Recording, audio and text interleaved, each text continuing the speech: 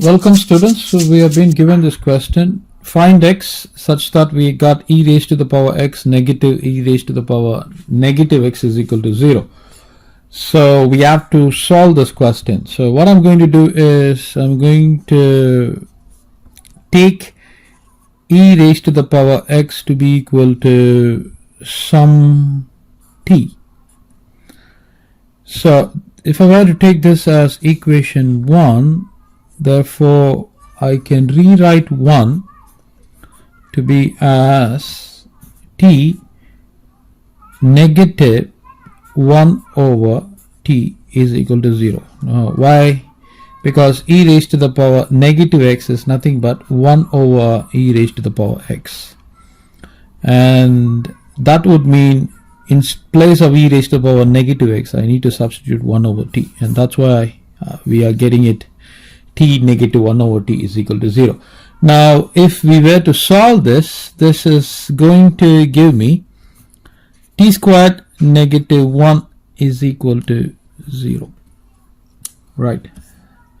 Now this is similar to a squared negative b squared, which can be rewritten as a negative b multiplied with a positive b. So that would mean I now have t negative 1 multiplied with t positive 1 is equal to 0.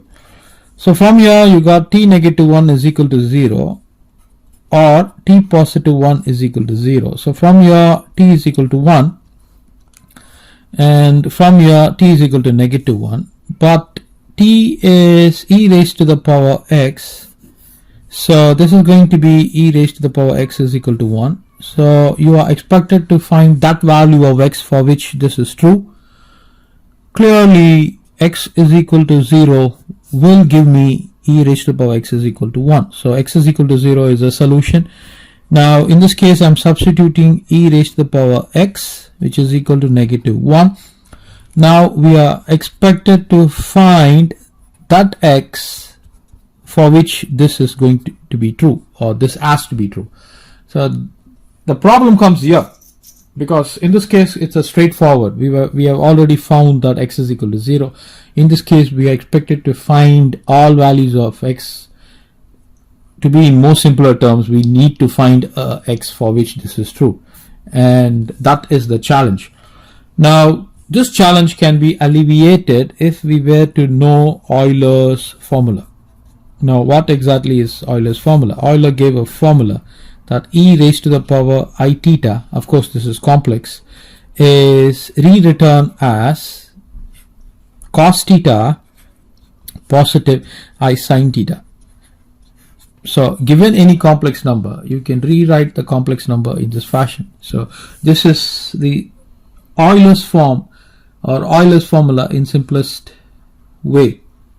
Now we are going to be using Euler's formula. Now what did Euler infer? Euler inferred that e raised to the power I theta positive 1 is equal to 0 when theta is equal to pi. So that means what Euler wanted to say is that e raised to the power I pi is equal to negative 1. So that would mean, comparing our requirement, we wanted e raised to the power x to be equal to negative 1, and we wanted to find the value of x.